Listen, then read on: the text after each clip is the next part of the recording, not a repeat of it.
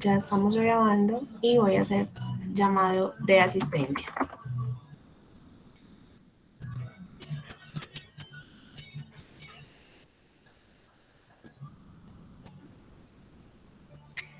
Gloria Inés Acevedo, Presente, profe. Carlos Andrés Ariza, Néstor Leonel Benítez, Néstor me queda pendiente, Lina Marcela Bermúdez, Presente, profe. Jenny Carolina Gómez, presente, Carlos Andrés Henao, presente, ok.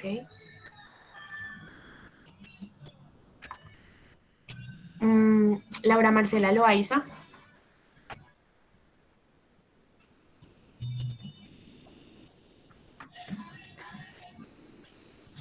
no la veo conectada, ok, queda pendiente. Fernando López,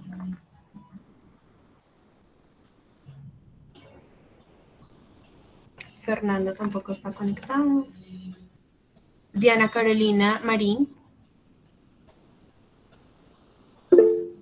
presente, ok. Mayerly Núñez, Presente, profe. ok. Estefanía Ramírez, Estefanía, Presente. ok. Miguel Ángel Ramírez, Presente, profe, buenas tardes. buenas tardes. Luis Eduardo Santibáñez, Luis Eduardo, no lo veo conectado. Bueno, me queda pendiente. Julián Andrea Trejos,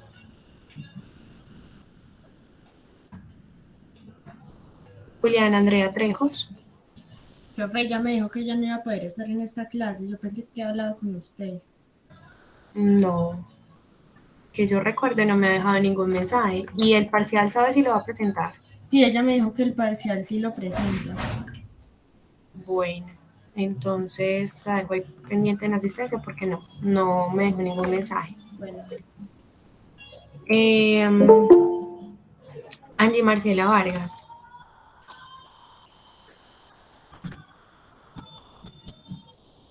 Angie Marcela Vargas, también queda pendiente. Listo. Buenas tardes, Néstor.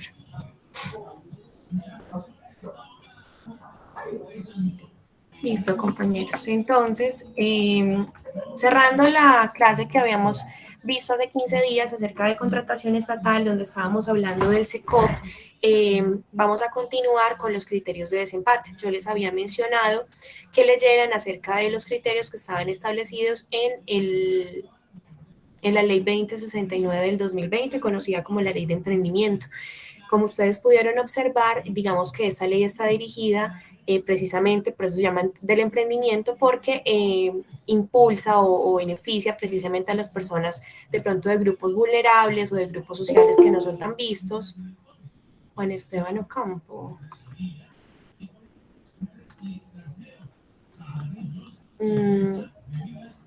Bueno, que de pronto no son tan favorecidos, entonces lo que hacen es crear estrategias para que incentiven el empleo. Entonces vamos a ver una presentación donde está la información y donde les voy a mostrar cuáles fueron esos criterios de desempate. Una vez finalice, ustedes me cuentan si tienen alguna duda o inquietud respecto a estos criterios. Entonces permítanme, ya les voy a compartir pantalla.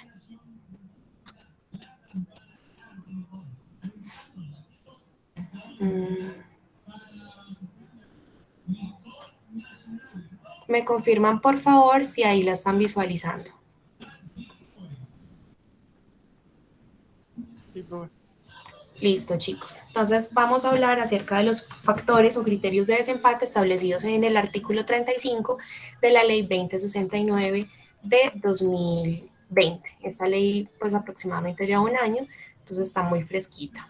Bueno, chicos, como les mencionaba, estos criterios van a ser factores determinantes, como su nombre lo indican, factores de desempate, en el caso de que ya varios proponentes hayan pasado todos los filtros de habilitación, experiencia, propuesta económica, y una vez finalice toda la revisión, queden con igual cantidad de puntaje. Entonces, si todos quedan con esa misma cantidad, tienen que entrar a mirar cuáles son los factores de desempate, porque solamente hay un contrato que se puede adjudicar. Entonces, tienen que entrar a ver cuáles factores inciden para ver a qué proponente se le va a dar preferencia. Entonces, el primer factor establecido es preferir oferta de bienes o servicios nacionales frente a los servicios del extranjero o servicios de empresas del exterior. Digamos que ese no tiene como lugar a dudas. Obviamente van a tener preferencia para contratar servicios que presten empresas o personas que se encuentren y que sean del país. El segundo, preferir la propuesta de la mujer cabeza de familia, mujeres víctimas de la violencia o mujeres víctimas de la violencia intrafamiliar, es decir, personas o empresas que tengan a su cargo en su personal contratadas mujeres cabezas de hogar o mujeres que hayan sufrido de violencia intrafamiliar. Estos certificados, por ejemplo, debe expedirlos el representante legal de la empresa, avalados por contador o revisor fiscal si la empresa está obligada a tener revisor fiscal. Recuerden que nosotros en calidad de contadores o revisores damos fe pública y por ende tenemos que certificar este tema, ¿cierto? En este caso. Tercero, preferir la propuesta presentada por el oferente que acredite en la ley que por lo menos el 10% de su nómina está en condición de discapacidad. Chicos, no sé si en algún momento lo habíamos mencionado, creería que sí. Resulta que cuando hablamos de personal con discapacidad, antes, digamos que lo certificaba una junta de calificación de invalidez, ahora lo están certificando las entidades de salud estatales. Corresponde a que como mínimo el 10% de la nómina tenga contratación de personal con discapacidad, pero adicional a eso, esta persona debe tener como mínimo un 25% de pérdida de capacidad laboral.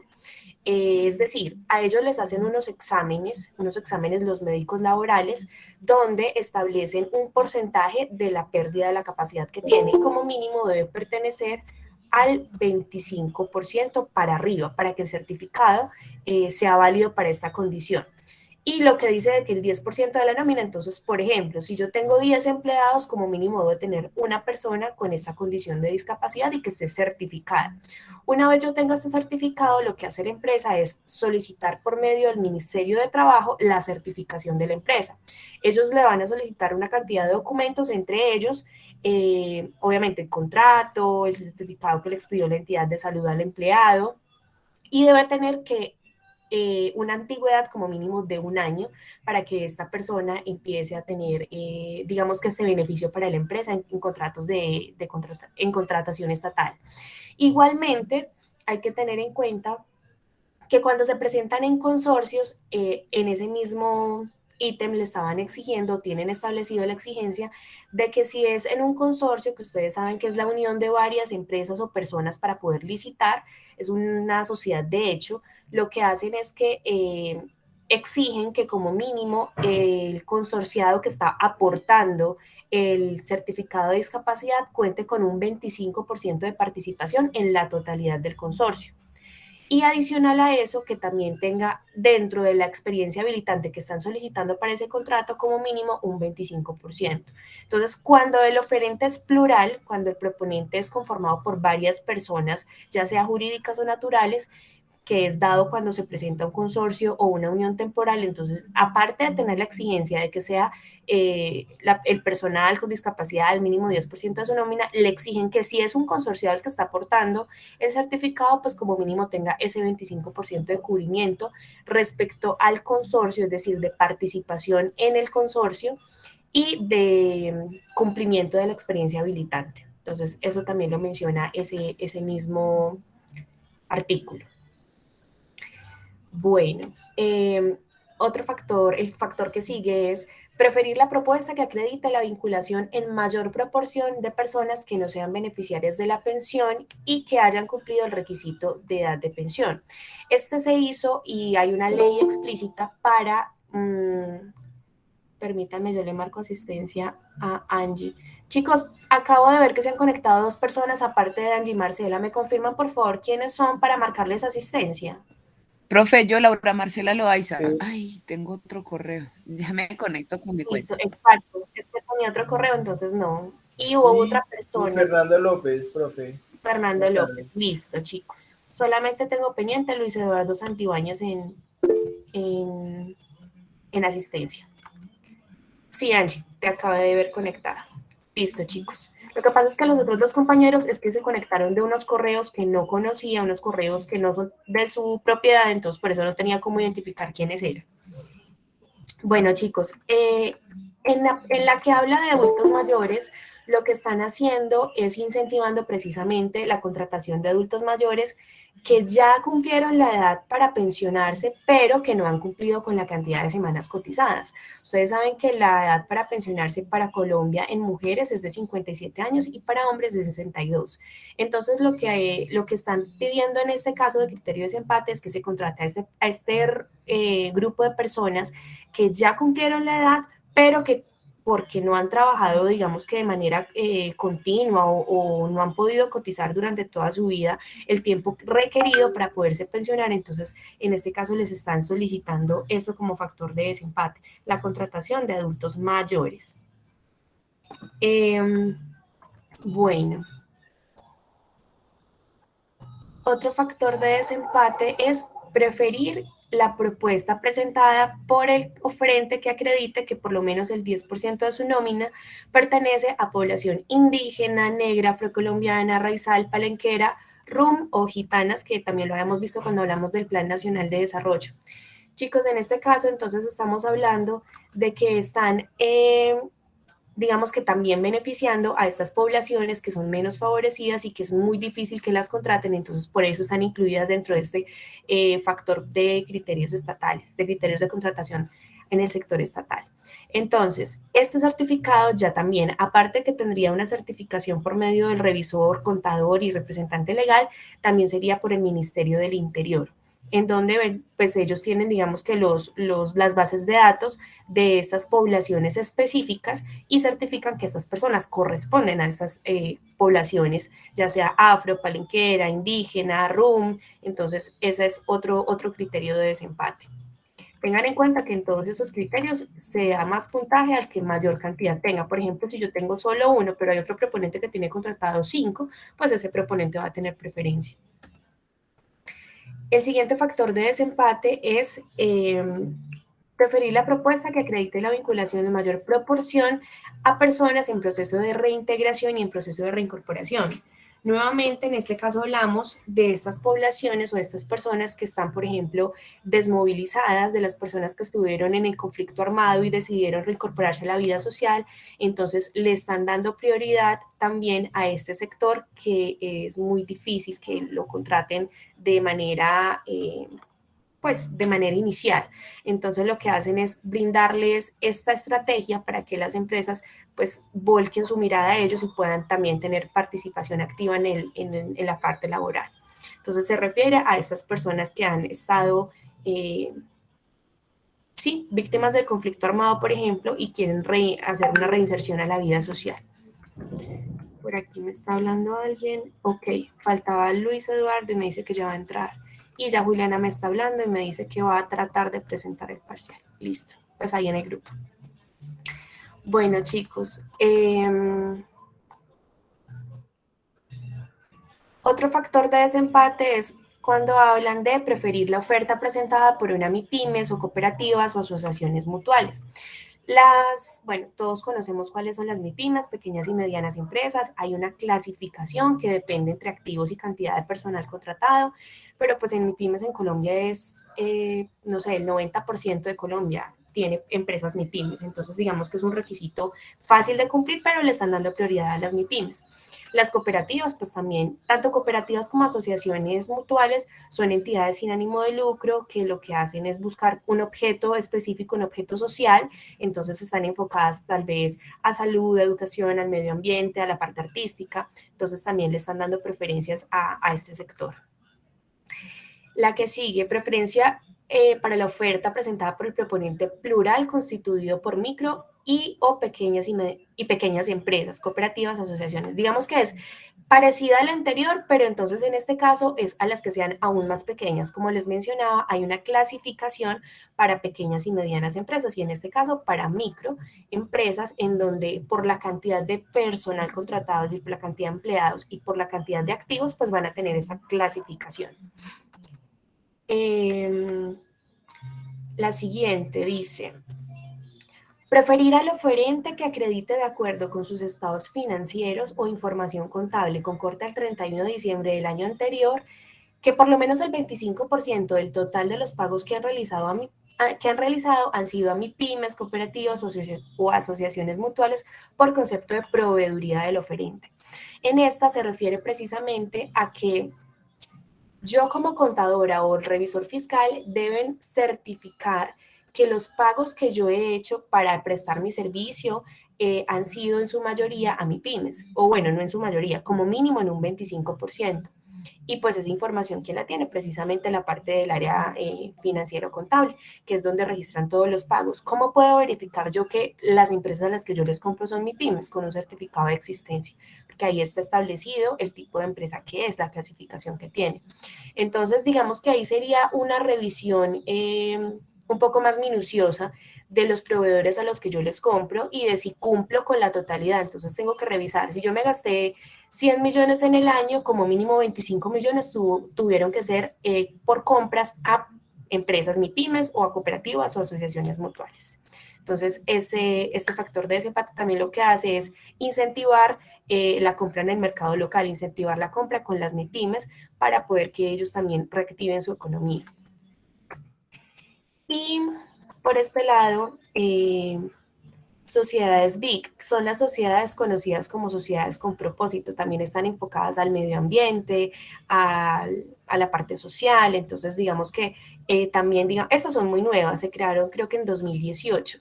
Entonces estas empresas son reconocidas precisamente por un beneficio de interés colectivo, digamos que es la abreviación de su nombre, BIC, y también tienen preferencia dentro de los factores. Y por último, ya cuando han pasado todos los factores y siguen de pronto empatados varios proponentes o más de un proponente, lo que hacen es utilizar un método aleatorio. ¿Cuál puede ser un método? Bueno, el método aleatorio establecido, lo que yo alguna vez les mencioné, un juego de azar, que es balotas. Entonces, están en una audiencia de adjudicación ya con los proponentes que hayan quedado. Si finalmente quedaron 2, 3, 5, o sea, desde que quede más de uno, pues deben hacer este proceso porque solo tienen un contrato para adjudicar. Sacan las balotas de acuerdo a la numeración que tengan. Entonces el que tenga el número más alto es el que se va a quedar con la propuesta y así finalizaría el proceso. ¿Dudas al respecto acerca de los criterios de desempate que ustedes debieron haber leído sobre esta información?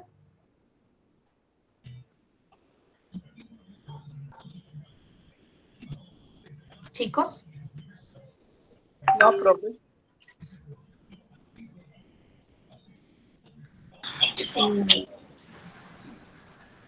Profe, buena tarde, ¿cómo está? Néstor, ¿cómo te va? Bien, muchas gracias. Pues, profe, lo primero que me causó curiosidad era que usted nos había mencionado la vez pasada que después de la promulgación de la ley 2069, digamos que hubo como un margen para su entrada en vigencia, ¿sí? Según lo entendí yo, lo entendí mal. Sí, porque es que como eran certificaciones nuevas, sí, entonces tenían que darle el espacio a las entidades que expiden esas certificaciones para poder emitirlas. Exacto. Entonces resulta que yo me encontré por allá una sentencia investigando pues sobre el tema de los criterios de desempate, porque yo no veía el decreto, no veía el decreto reglamentario al respecto. Usted sabe pues que cada ley viene... Todos sabemos que cada ley viene con su decreto reglamentario, que es el que nos muestra pues las reglas de juego y cómo se van a acreditar todas estas cuestiones, en este caso los criterios de desempate.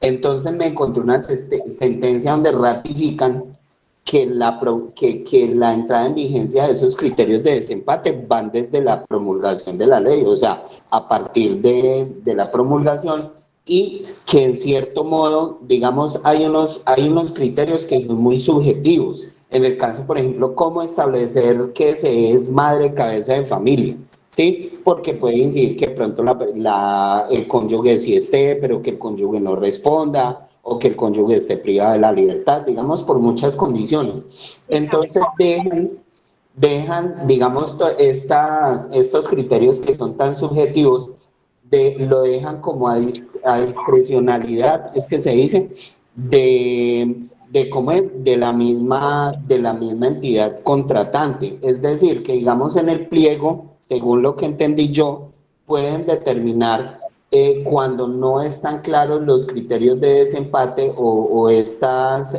formas de acreditar, ¿sí? O de certificar.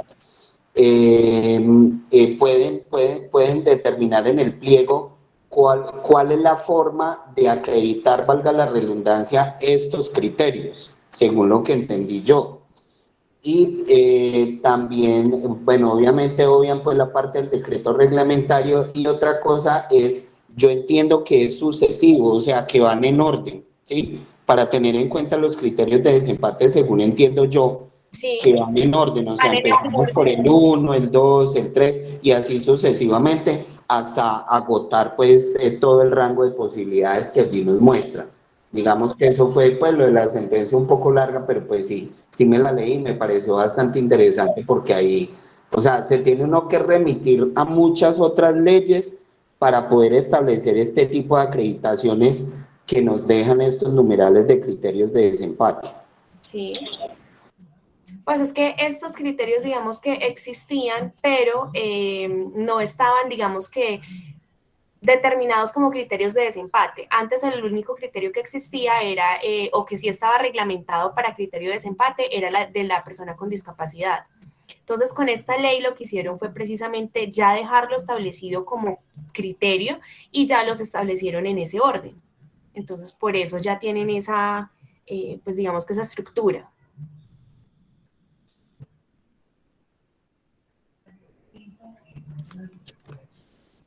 Respecto a los criterios, ¿tienen alguna inquietud?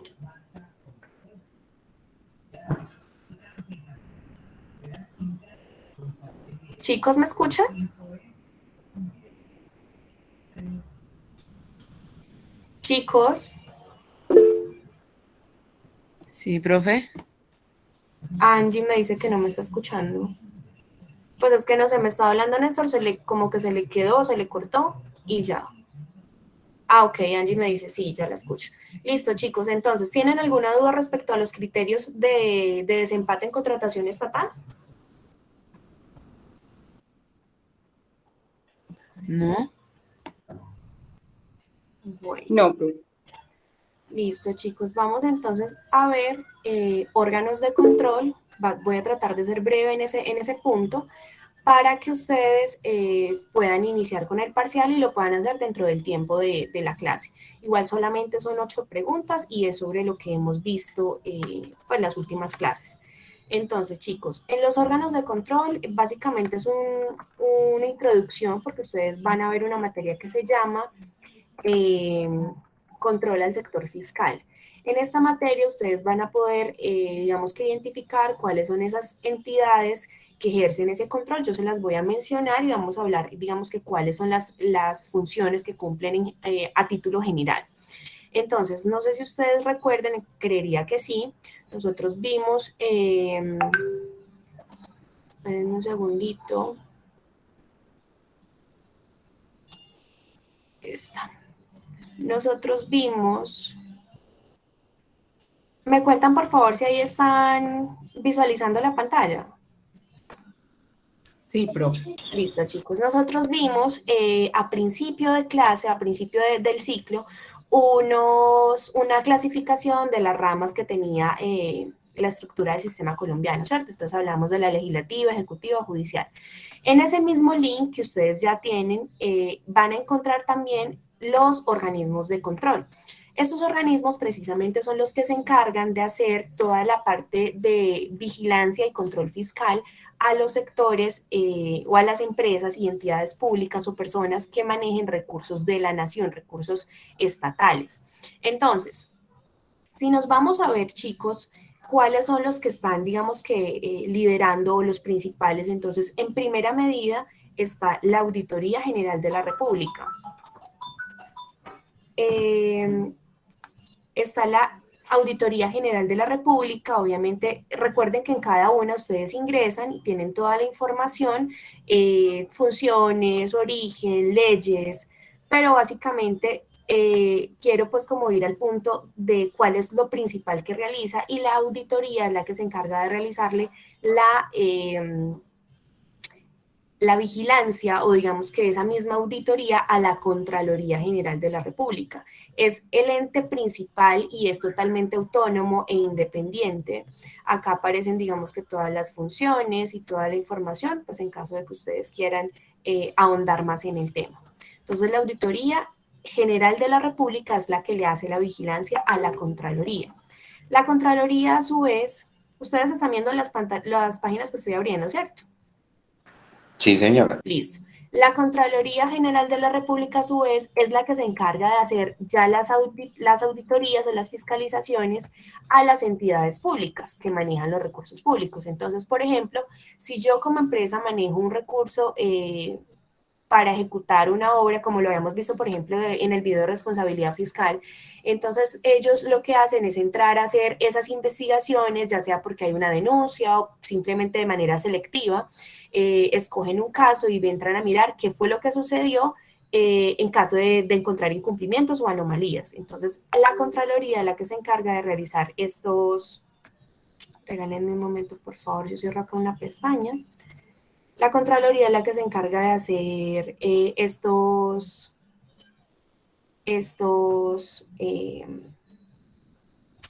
estas auditorías, esta vigilancia. También está la Procuraduría General de la Nación, que como pueden verlo aquí en el mismo mapa, la Procuraduría, bueno, aquí pueden ver, hay Contraloría General y Contraloría Territorial. Digamos que ambas son independientes, pero tienen una ventaja, y es que puede haber concurrencia en la revisión de la información. Es decir, yo puedo estar vigilado por la Contraloría Territorial, pero a su vez la Contraloría General también tiene autonomía y puede ir a solicitarle también documentación e información al mismo sujeto.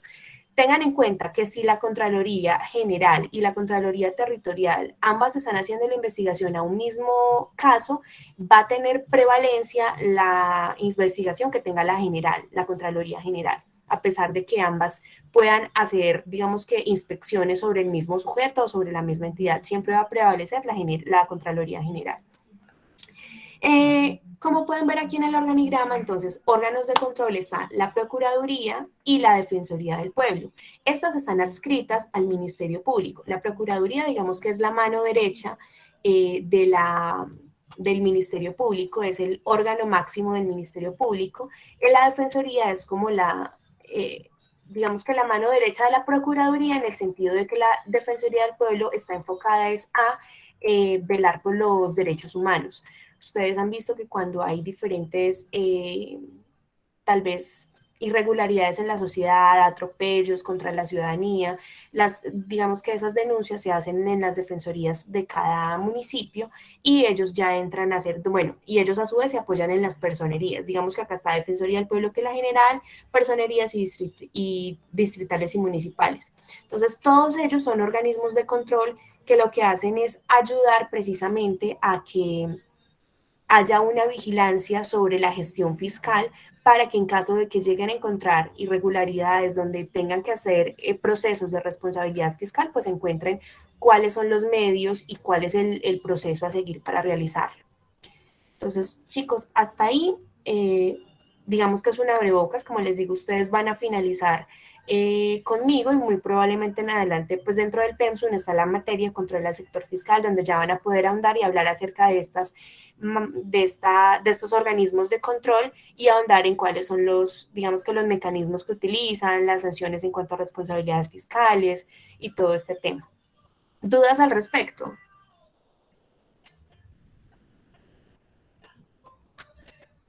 Chicos. No, profe. Bueno. Voy entonces a proceder a habilitarles el parcial.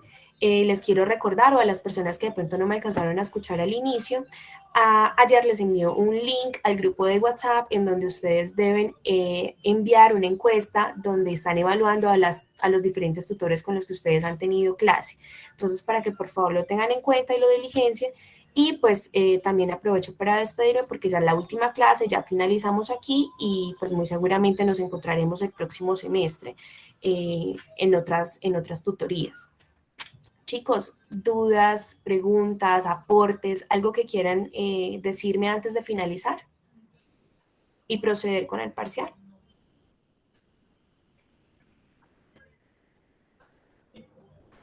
No, profe, muchas gracias. Muchas gracias por compartir sus conocimientos y Bueno, deseo mucha suerte en sus actividades y pues esperando que nos encontremos nuevamente más adelante. afortunadamente creo y espero que sí.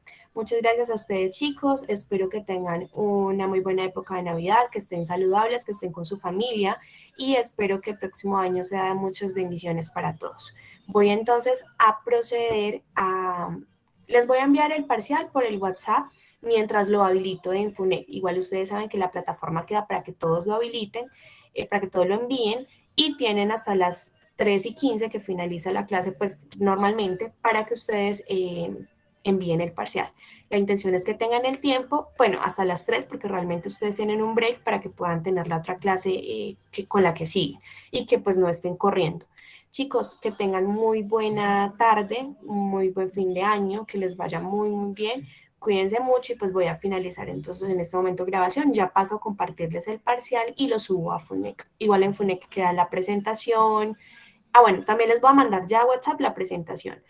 Y les voy a mandar el parcial. Listo, chicos. Finalizamos entonces aquí grabación.